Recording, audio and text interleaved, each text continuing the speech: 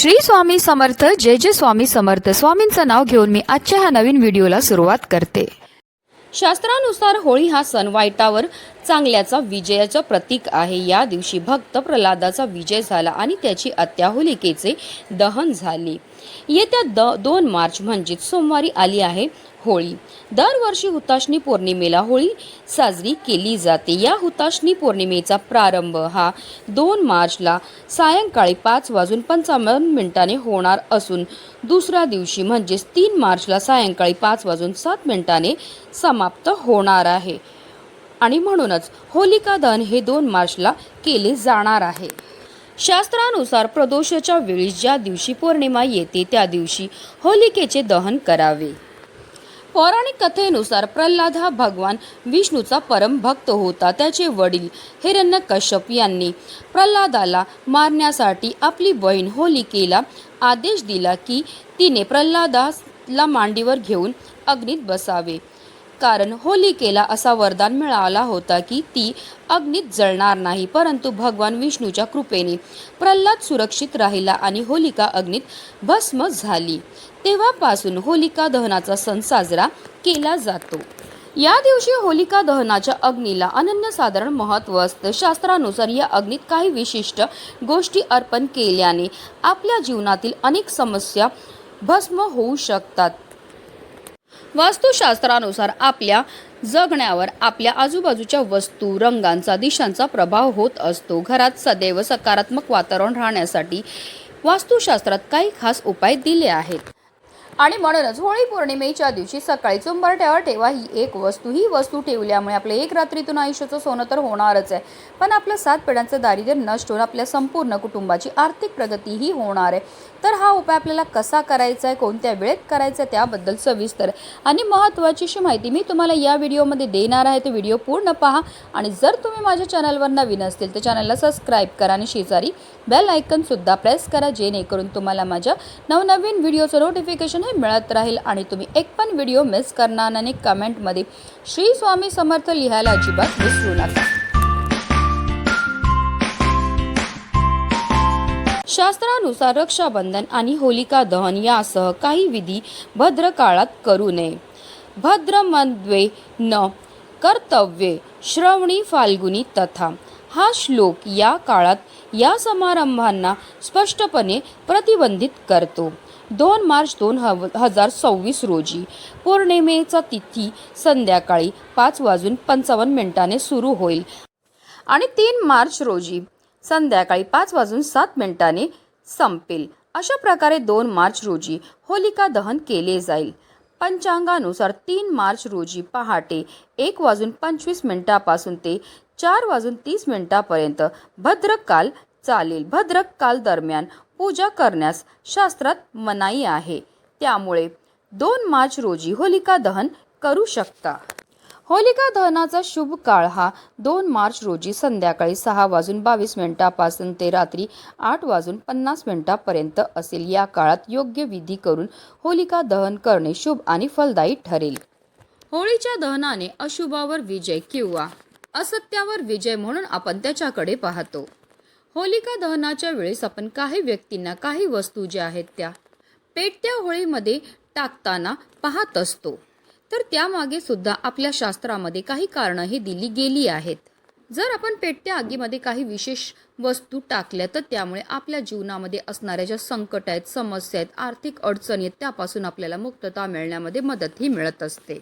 पौर्णिमा तिथी ही श्रीहरी विष्णू आणि माता लक्ष्मीला समर्पित आहे। पौर्णिमेच्या दिवशी माता लक्ष्मी ही जागृत अवस्थेत या भूतलावर भ्रमण करत असते आणि जो भक्त खऱ्या श्रद्धेने, खऱ्या मनाने माता लक्ष्मीची पूजा, सेवा, आराधना करतो त्या भक्ताचं घर सोडून माता लक्ष्मी कुठेही जात नाही आणि ज्या घरामध्ये होळी पौर्णिमेच्या दिवशी हा उपाय केला जाईल त्या कुटुंबाची वर्षभर आर्थिक प्रगतीही होणार आहे। हा उपाय करण्याकरता आपल्याला होळी पौर्णिमेच्या दिवशी सकाळी ब्रह्ममुहूर्तावर उठायच्या अंथरुणामध्येच आपल्याला श्रीहरी विष्णू, माता लक्ष्मी तसेच महादेवांचं स्मरण करायचं। आंघोळीच्या पाण्यामध्ये आवर्जून गंगाजल टाकून स्नान करायचं आणि स्वच्छ वस्त्र परिधान करायचे। पण या दिवशी चुकून आपल्याला काळ्या किंवा पांढऱ्या रंगाचे वस्त्र हे परिधान करायचे नाही आहेत। हा उपाय करण्याकरता आपल्याला एक तांब्याचा कळश घ्यायचा आहे, त्यामध्ये शुद्ध पिण्याचं पाणी भरून घ्यायचं. त्या पाण्यामध्ये थोडीशी हळद टाकायचं आणि असं हे जल जे आहे ते आपल्याला आपल्या उंबरठ्यावर, त्याचबरोबर मुख्य प्रवेशद्वाराच्या बाहेर आणि मुख्य प्रवेशद्वारावर शिंपडून घ्यायचं आणि त्यानंतर आपल्याला स्वच्छ कपड्याने पुसून घ्यायचं. असं केल्यामुळे आपल्या घरामध्ये असणारी जेवढी पण नकारात्मकता ही दूर होते. आता पौर्णिमा आहे म्हणून आवर्जून आपल्याला आपल्या मुख्य प्रवेशद्वाराच्या उंबरठ्यावर हळदीचं लेपन हे करायचं आहे. हे हळदीचं लेपन केल्यामुळे माता लक्ष्मी आपल्यावर प्रसन्न होते, कारण उंबरठ्याला माता लक्ष्मीचं स्थान देखील म्हटलं जातं. त्यानंतर आवर्जून आपल्याला एक प्लेट घ्यायची, प्लेटवर थोडंसं कुंकू घ्यायचं, कुंकवामध्ये पाणी टाकून त्याचं गंध हे तयार करून घ्यायचं आणि या गंधाने आपल्याला आपल्या मुख्य प्रवेशद्वाराच्या उंबरठ्याच्या बरोबर मधोमध एक स्वास्तिक काढून घ्यायचं आहे. स्वास्तिक काढताना ते व्यवस्थित काढा, त्यामध्ये 4 बिंदू तसेच कडेला 2-2 रेषा जे आहेत ते आपल्याला आवर्जून द्यायच्या आहेत, कारण त्या स्वास्तिकच्या मर्यादा असतात. स्वास्तिक हे मांगल्याचं प्रतीक आहे. स्वास्तिकला श्रीहरी विष्णूंचं आसन मानलं जातं, तसेच माता लक्ष्मी आणि गणपती बाप्पांचं स्वरूप सुद्धा म्हटलं जातं. आणि असं हे स्वास्तिक आपल्या मुख्य प्रवेशद्वारावर काढल्यामुळे आपल्याला ग्रहदोषापासून मुक्तताही मिळत असते. त्याचबरोबर एक स्वास्तिक जे आहे ते आपल्याला आपल्या मुख्य प्रवेशद्वारावर सुद्धा काढून घ्यायचं आहे. तसेच आपल्या स्वयंपाकघराच्या ओट्याच्या वरती जी भिंत असते तिथे सुद्धा आपल्याला एक स्वास्तिक जे आहे ते काढायचं आहे, कारण स्वयंपाकघरामध्ये माता अन्नपूर्णेचा वास असतो आणि पौर्णिमेच्या दिवशी आवर्जून अन्नपूर्णा देवीची सुद्धा पूजा ही केली जाते. आणि ज्या घरावर अन्नपूर्णा माता प्रसन्न राहते त्या घरावर आपोआप माता लक्ष्मी सुद्धा प्रसन्न होते. आता आपल्याला एक दिवा हा तयार करून घ्यायचा, पण हा दिवा आपल्याला कणकेपासून तयार करायचा आहे, कारण सर्व दिव्यांमध्ये सर्वश्रेष्ठ दिवा हा कणकेचा मानला जातो. कणिक मळायचं त्यामध्ये थोडीशी हळद टाकायचं आणि त्यापासून एक दिवा हा तयार करून घ्यायचा. तर या दिव्यामध्ये 2 वातीची 1 वात करून लांब वात ही टाकायची. अशा रीतीने आपल्याला 2 दिशेला 2 लांब वाती ह्या टाकायच्यात. अर्थात काय तर आपल्याला एक द्विमुखी दिवा हा तयार करून घ्यायचा आहे. आता या दिव्यामध्ये आपल्याला शुद्ध गाईचं तूपच टाकायचं. प्रयत्न करून गाईचं तूपच टाका, पण आता काही कारणास्तव नसेल तुमच्याकडे शुद्ध गाईचं तूप तर रोजच्या देवपूजेमध्ये जे तुम्ही तेल वापरतात ते टाका आणि त्यामध्ये तुम्हाला चिमूटभर हळद ही टाकायची. तसेच या दिव्यामध्ये आपल्याला 11 उडदाचे दाणे सुद्धा टाकायचे आहेत. जे उडदाचे दाणे घेणार आहेत ते अखंड असावे, कुठे तुटलेले फुटलेले किंवा खराब झालेले नसावे. आता काही कारणास्तव तुमच्याकडे उडदाचे दाणे नसतील तर तुम्ही 11 काळे तीळ टाकले तरीही चालणार आहे. त्याचबरोबर आपल्याला 2 लवंगा सुद्धा टाकायच्या. ज्या लवंगा आपण टाकणार ते व्यवस्थित पाहून घ्यायच्या, त्या अखंड असाव्या, कुठे तुटलेल्या फुटलेल्या किंवा खराब झालेल्या नसाव्या.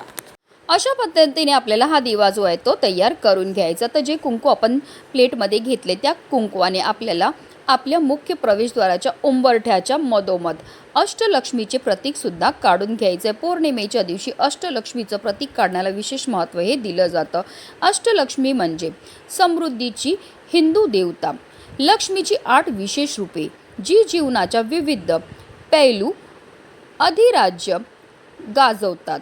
या 8 रूपांची नावे याप्रमाणे आहेत. आपल्याला कुंकवामध्ये बोट बुडवायचं आहे. पहिली रेष ओढायची आणि म्हणायचं आहे आदिलक्ष्मी. दुसरी रेष ओढायची आहे, म्हणायचं धान्यलक्ष्मी. तिसरी रेष ओढायचं आहे, म्हणायचं धनलक्ष्मी.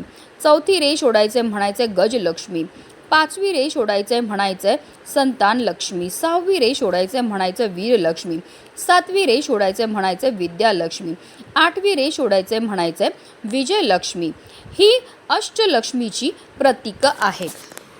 साक्षात श्रीहरी विष्णूने स्वतः विष्णू पुराणामध्ये असं सांगितलं आहे की दिवसभरामध्ये आपल्या घरामध्ये 7 वेळा माता लक्ष्मी ही प्रवेश करत असते. आणि जेव्हा असे हे अष्टलक्ष्मीचं प्रतीक आपण आपल्या मुख्य प्रवेशद्वाराच्या उंबरठ्यावर काढतो तर त्यामुळे आपल्यावर लक्ष्मीनारायणाची कृपाही होत असते.